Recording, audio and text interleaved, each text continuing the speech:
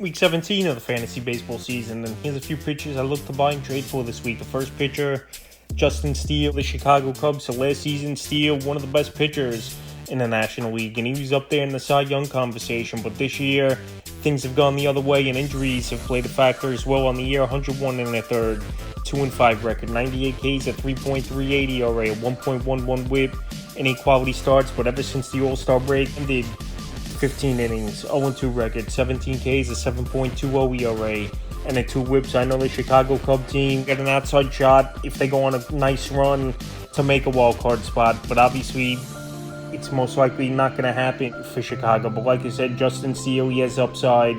We saw last season he pitched a great year, and overall his ERA and K rate is still good this season, but the last 3 outings, he's definitely been struggling. July 19th versus the D-backs, 4 2/3 got the loss. 9 hits, 5 runs, 2 walks, 6 Ks. July 24th versus the Brewers, 5 1/3, no decision.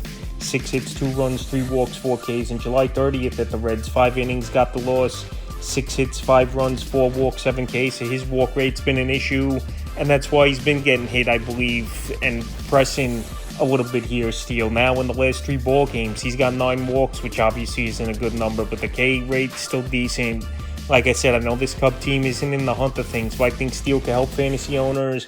And while he's been struggling over the last 2 weeks, he's definitely someone I would go out there and buy this week. Next pitcher, Matt Waldron of the San Diego Padres. So Matt Waldron, it's been a pretty decent year for him, no doubt about it. And this Padre team, all of a sudden, they're kicking things into gear. So on the season for Waldron, 122 2/3 for the knuckleballer, 6-9 record, 109 Ks, a 3.89 ERA, 1.17 WHIP, and 10 quality starts. So Waldron, believe it or not, he's out there in 52% of fantasy leagues as well. So if you could just pick him up off the waiver wire or trade one of your last players on your roster to get him, because the last month he has struggled. 29 innings, 1-2 record, 22 Ks, a 4.97 ERA, 1.10 WHIP, and 3 quality starts. So this Padre team, like I said, they've taken off, especially since the All-Star break concluded, and they've beat some tough teams. They beat Baltimore in a series.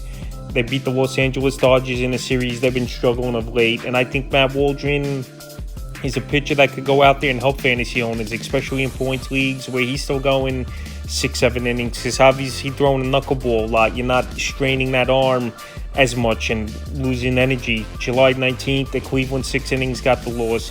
6 hits, a run, 5 Ks, a quality start. July 24th at the Nats, 6 innings got the win.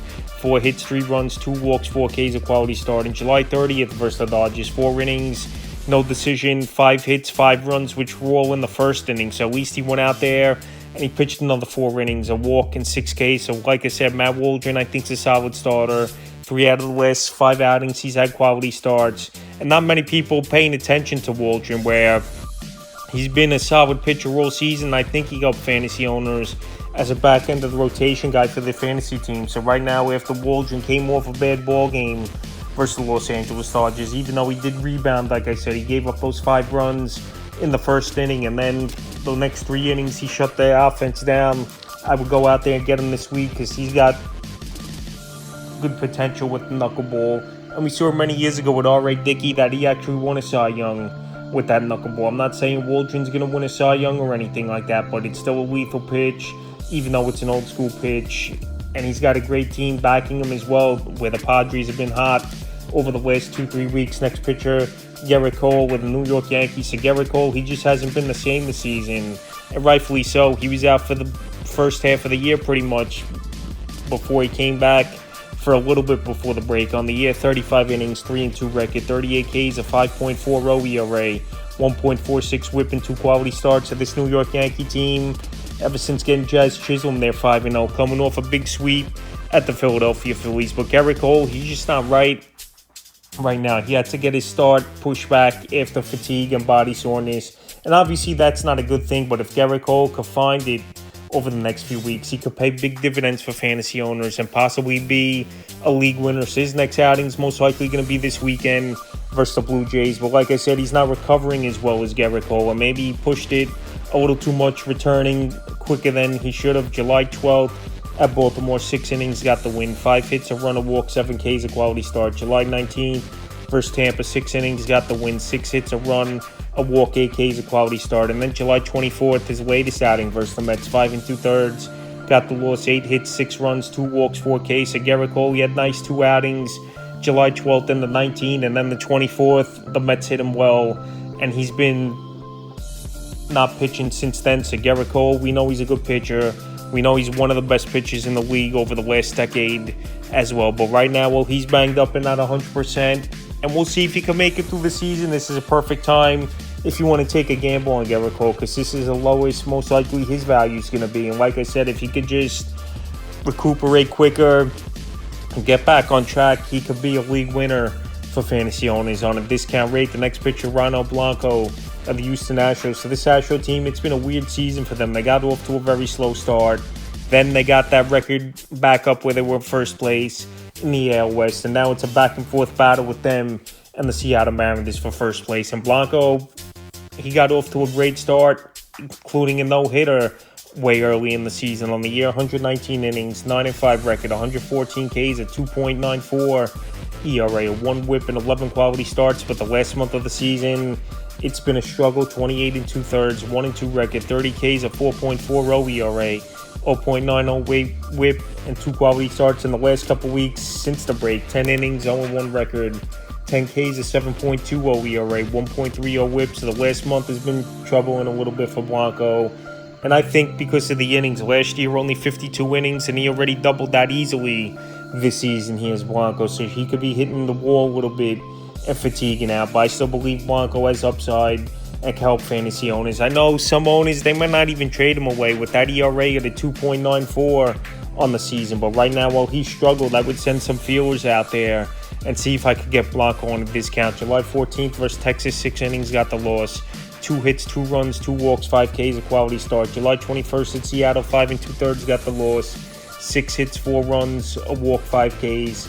And July 27th versus the Dodgers, 4 1/3, 3 hits, 4 runs, 3 walks, 9 Ks, no decision in that one. So his last outing, obviously a tough one versus one of the better hitting teams in the league, even though the Dodgers have been slumping over the last couple weeks as well. But I think Ronald Blanco has major upside. I know, like I said, fatigue definitely could be kicking in, doubling his innings in the major leagues from last season to this season. Blanco has good upside. He's on a team in a pennant race with this Houston Astros team. We got to go out there and try to make a deal for Blanco, because he can help fantasy owners, I believe.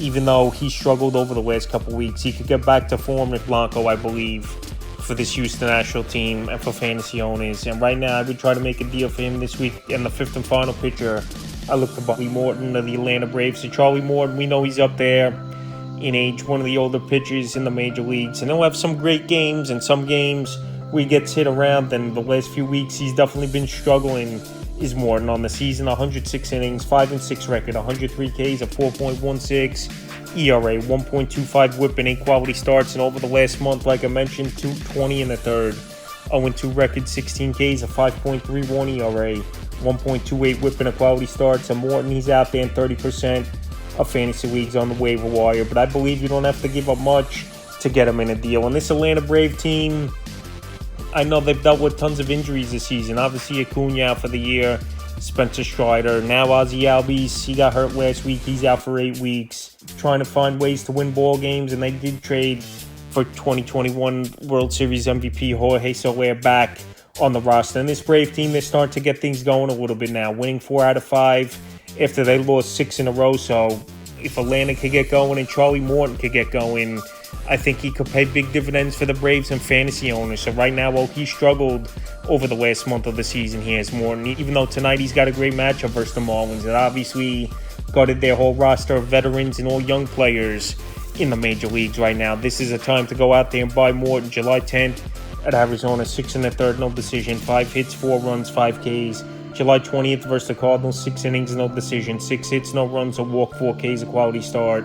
At July 26th at the Mets, he got rocked 2 2/3, got the loss, 6 hits, 5 runs, a walk, 2 Ks, so more than only 2 quality starts the last 5 outings. But like I said, this Brave team, I think they're going to start turning things around, and we've seen it already, winning 4 out of 5, like I mentioned, after losing 6 games in a row. So right now, Morton, even if he pitches great here tonight, I still think you could get him on a small type of deal. Charlie Morton is not going to command, even if he was on top of his game with his age and stuff, a big deal. So right now, think a back-end hitter could get more on your team.